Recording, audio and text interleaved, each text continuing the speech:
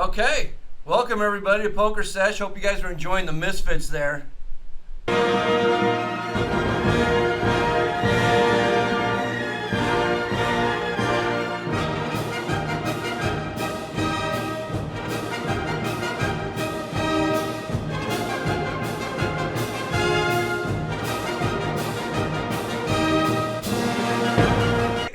Let me ask you some harder stuff. I'm not trying to stump you, Basic. I want to know. Yeah. When you're playing in these games, what do you do with the hands that are sort of we got some questions on the chat. What do you do with the hands that are like on the brink under the gun? What do you do with, like, say, ace jack or pocket deuces under the gun? Ace Jack is an auto raise in the 5-5 games I play in because they're so loose. I very often get action from worse jacks, even worse aces, believe it or not, too. You know, like even ace 10 off can call. Worse suited aces can definitely call, and they typically never fold to a single c-bet. And then the worst jacks are always calling, like jack 8, jack 9, jack 10, king jacks. Deuces, I mix it up between raising and limping. Usually if it's straddled, I'd more opt to limp call because if I raise and get 3-bet, usually the 3-bet in a straddle pot will be so big I can't possibly call and see it. Right. And since it's straddled, the pot's already getting bigger for me, and basically I can only really continue on a flop that has a deuce in it most often anyway. And so since it's straddled, I'm already able to get bigger value on the flop and then subsequently bigger value bets on a turn river because the pot was already inflated due to the straddle. And so I can comfortably get like lots of money and buy the river if like top players call me down if I hit a set. But if it's a more passive game, it's not straddled. If it's possibly like six-handed, I'm definitely raising deuces under the gun at times. But if it's full ring, especially if it's full ring straddled, it's one of my good limping hands. And occasionally I might even decide to limp 3-bet as a bluff. Especially when it's under the gun, because I can rep, ace of kings or ace king if I think someone's opening like pretty wide or trying to ISO like other limpers and stuff too. So what would be your cutoff? Ace 10, ace 9. What are you saying? Like I'd probably fold ace 10 offsuit. I'd raise ace 10 suited on the gun, but I'd probably definitely fold ace 10 off, or maybe I might even limp it if the game's been pretty passive. That's actually one of the examples of hands where like at 10-20 or something or 5-10, I'd play different than a 5-5. Because at 5-10, 10-20, you're more likely to get punished by like people's better play in the sense they're folding weaker aces, and you're just going to isolate yourself against like a stronger ace. Like ace queens and ace jacks aren't going to 3-bet your under gun open, and so they're going to flat you. And so when you flop an ace, typically you're going to value cut yourself or not even be able to correctly get any value bets in at all. Like you basically get like a dry ace side flop. Like let's say comes ace 6 deuce. Like, what hand are you going to value town with, like, ace 10 for multiple streets? Like, basically, there is none. So, whereas if you open, like, ace queen or ace king, there's actually worse aces that can call you with worse and stuff, too. So, but like I said, at 5-5, people just play that much looser that, like, limping ace 10 might not even be such a bad play because they'll limp in with, like, 10-8, 10-9, 10-jack, queen 10, and on 10 high boards, you almost basically have, like, a really strong hand to get, 3 streets of value and stuff, So how about when you're in late position? This is a question that came in on the Twitter. How about when you're in late position and an active player raises? He might even be ISOing a fish, and you have the button. What are you thinking about when you decide to 3-bet him? What sort of hands are you doing with, and what is your thought process? Yeah. And this is an active player. This is an active player, but he's a tough player. Right. So most often, I actually fall out there quite a bit. Well, it depends on what my hand is, but like.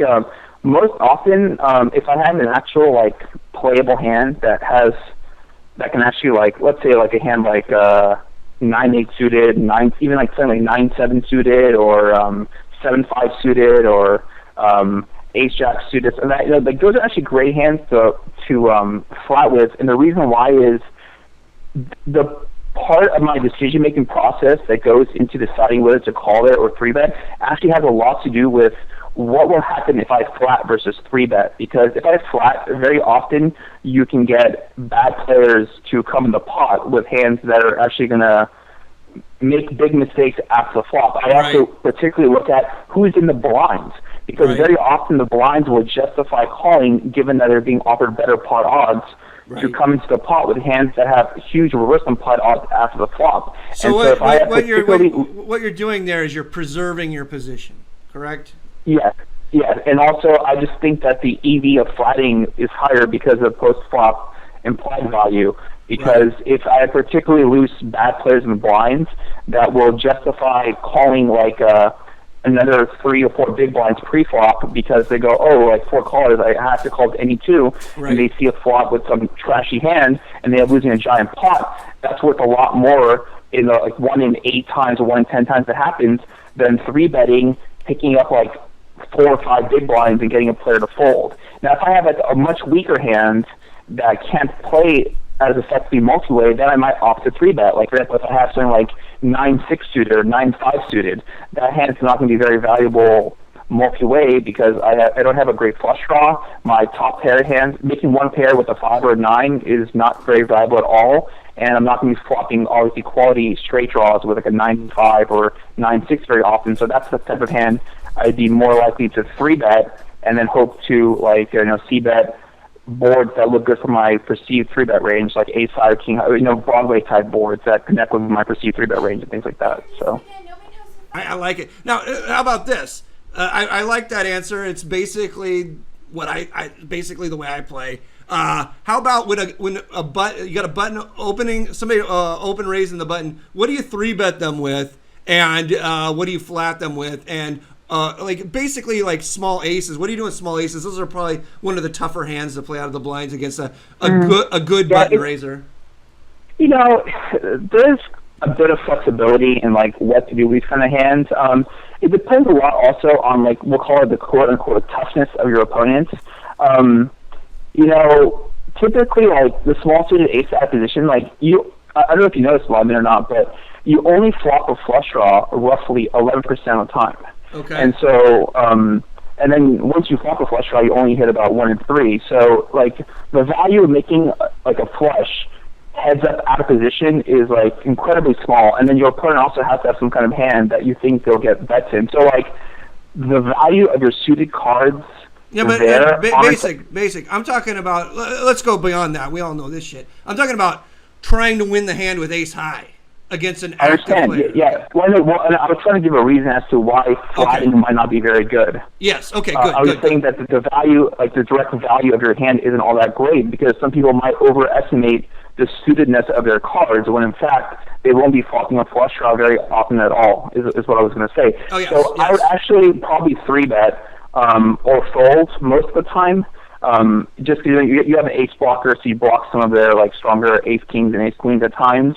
Right. It really depends. Like, to be honest, like Limon, it's funny because like people are just scared to raise my blinds on the button because they know like I crush the games, which is kind of a silly answer for other people, but I'm saying that's just really like the case against me. But yeah, I would probably mix it up between 3-betting and calling. It really also depends on like how your opponents play ace-high boards if they are bluffing. Right. That's the big thing is because at bigger stakes, like a 10-20 or 5-10 against a competent pros, if they think that your small blind calling range has no strong ace-kings, ace-queens, and you get an ace-high board, they will be much more likely, they'd have a higher propensity to just triple-barrel bluff you, knowing that you're probably capped at some weak aces, and you'd have a tough time calling turn and river bets. Whereas at 5-5 against weaker competition, they might fire just one C-bet and then give up on the turn or river, so it's much easier for you to get a showdown. So that's like a big thing, is about how your opponent plays post-flop in these types of spots. Right. But very often, like, you're not going to win a big pot. Like, basically, you're going to win one bet. The guy's going to C-bet an ace-high board, you're going to call, and then they're going to just give up on the turn, and then on the river, you can, like, lead river, or maybe, hopefully have something worse to call with if you think you can represent some bluffs.